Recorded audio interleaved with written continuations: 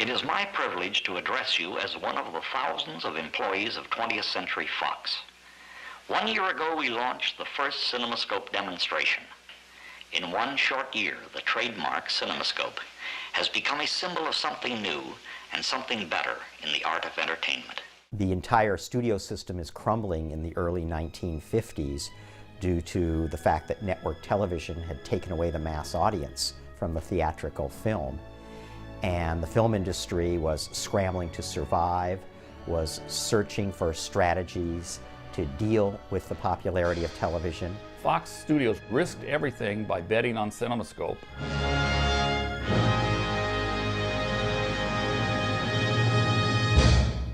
William Fox himself recognized television as a threat in the 1920s, and that was one of the reasons that he developed a widescreen system called Grandeur with 70mm film back in 1930.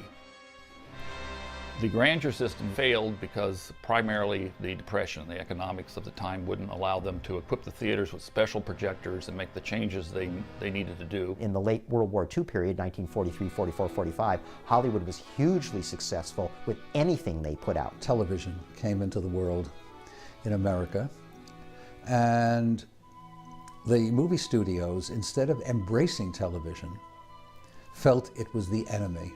All of the Hollywood majors were scrambling in this period to find something to solve their TV problem. Fox was in dire straits, and the whole industry was experiencing a downturn. People didn't go to movies, and the studios found themselves in a lot of trouble. And Cinerama and 3D seemed to point the way.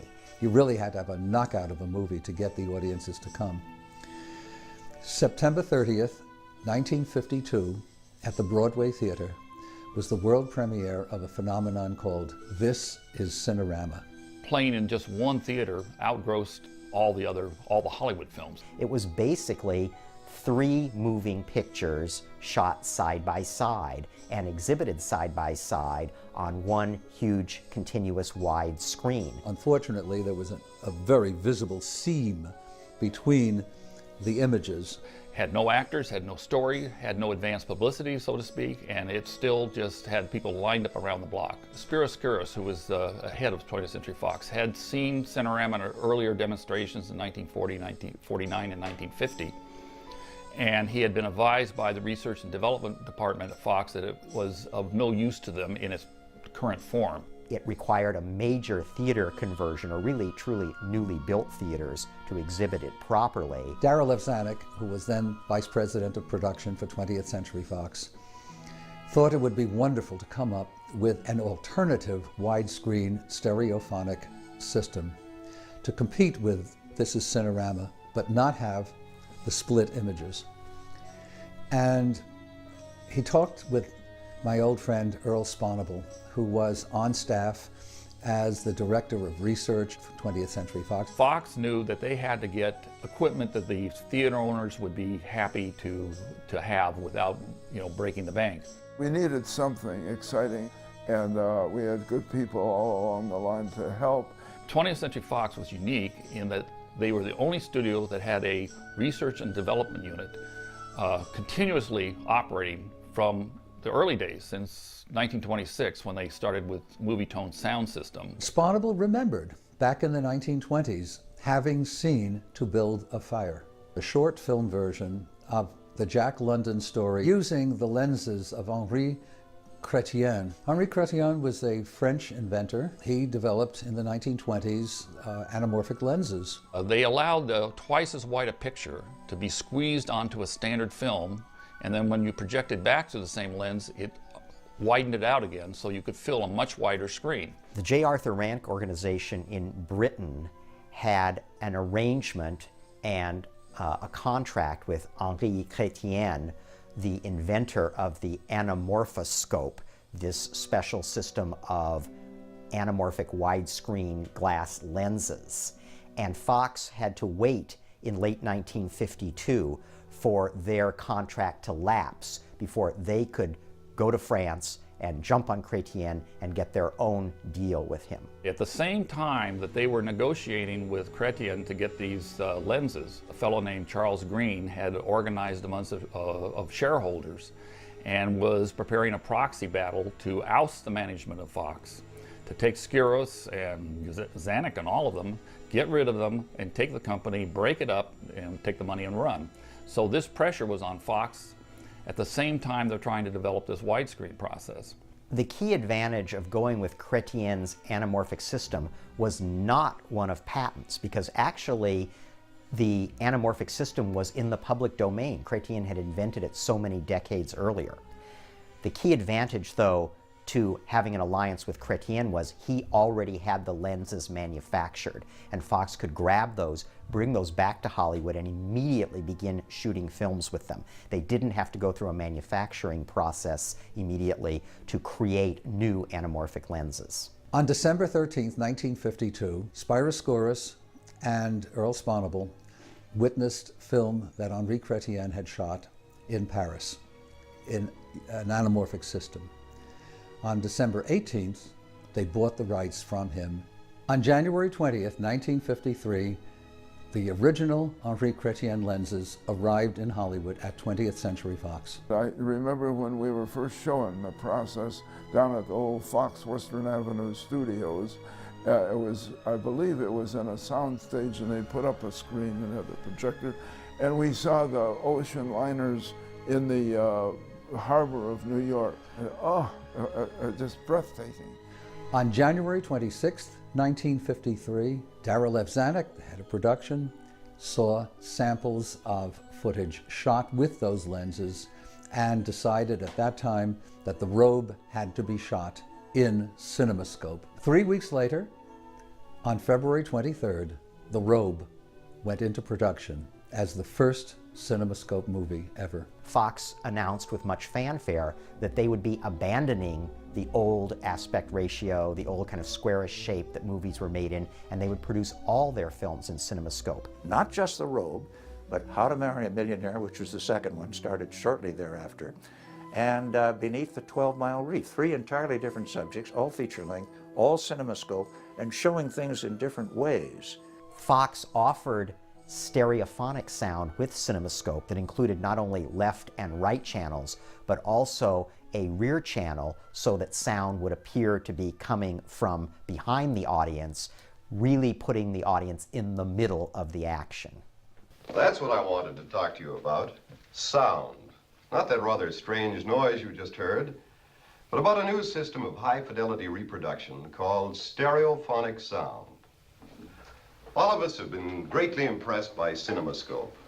The way it opened up a world of increased vision, more thrilling than anything the old movies ever gave us.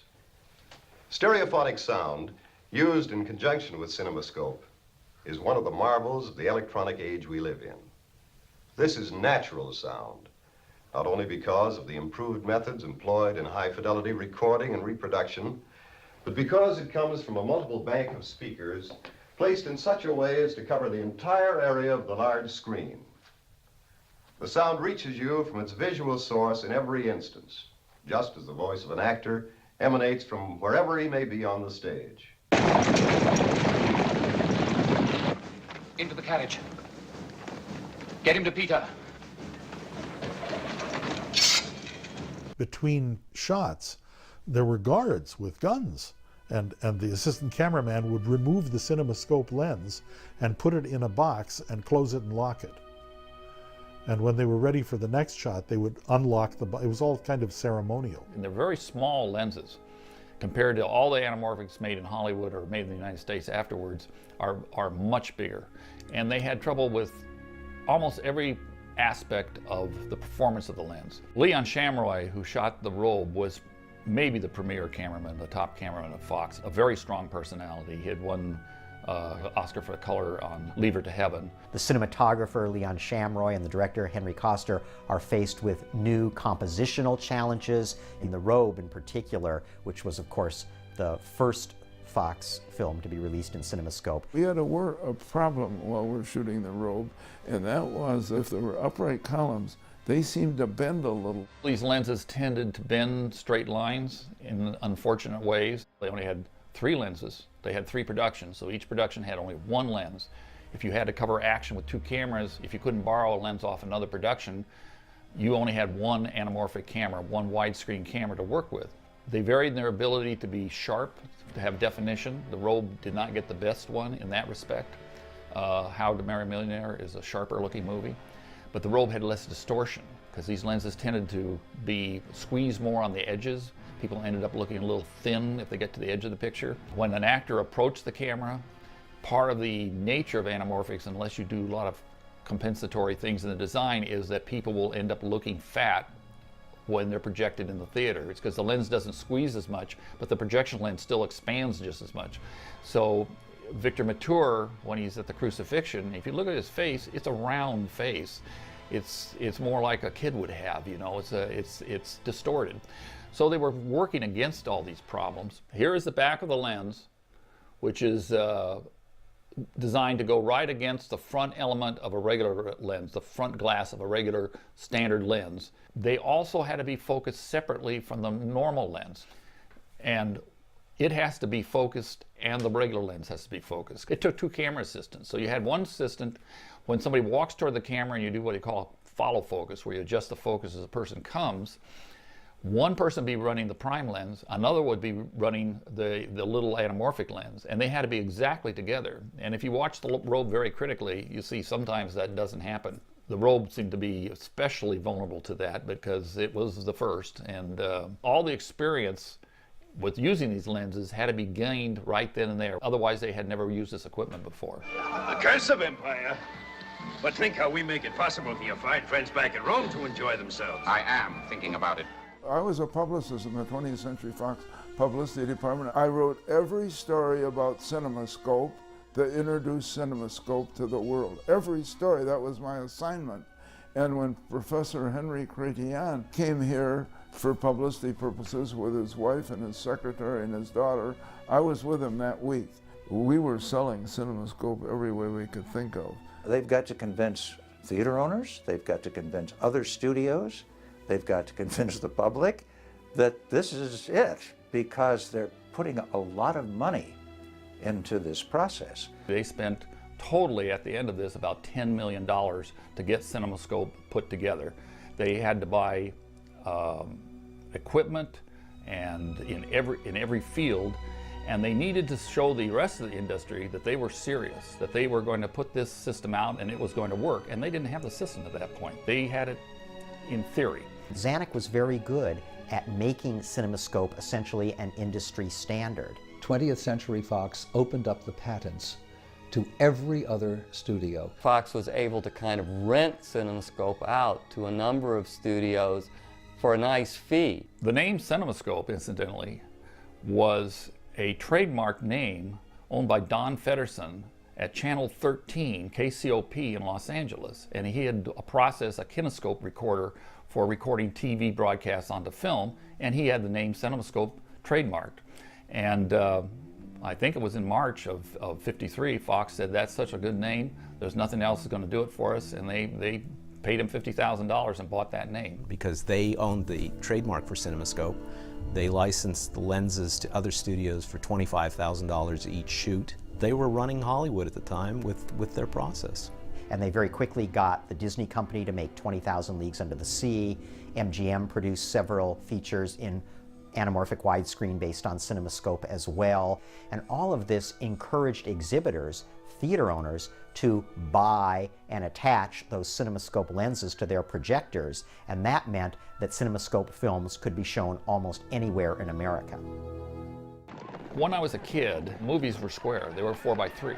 I lived in Pasadena at the time, and we had the best theater there, the Fox Theater, that was their premium one, was the Academy. And I remember going in there one Saturday to see whatever it was, and the curtains were missing, and they had this giant screen. I mean, the most giant thing I ever saw. And I asked the manager, I said, what is that, Cinerama? He says, no, that's our new magic panoramic widescreen. I said, he says, we're going to have the Robe. He says, this is just the center of it. We're going to get the rest in about 3 months. So I saw the Robe on Thanksgiving weekend in Pasadena, and I went with my folks. It was sold out, so you had to wait, which was unusual in those days. So we're waiting for the film to finish, and I snuck in through the exit at the rear and looked at the screen, and I saw the biggest image I ever saw. I remember telling my folks, I said, this is really big. It was overwhelming compared to the size screens. Screens were like 20 feet wide. Now also we had one that's 65 feet wide. It was just gigantic.